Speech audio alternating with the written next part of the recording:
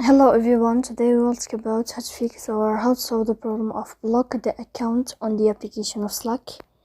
If you click on settings, in this page you can click on apps, default apps, app settings,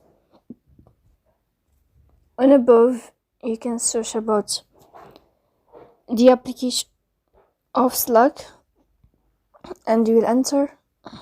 Then you can click on first stop and you can click OK. After that you'll enter to the window of storage.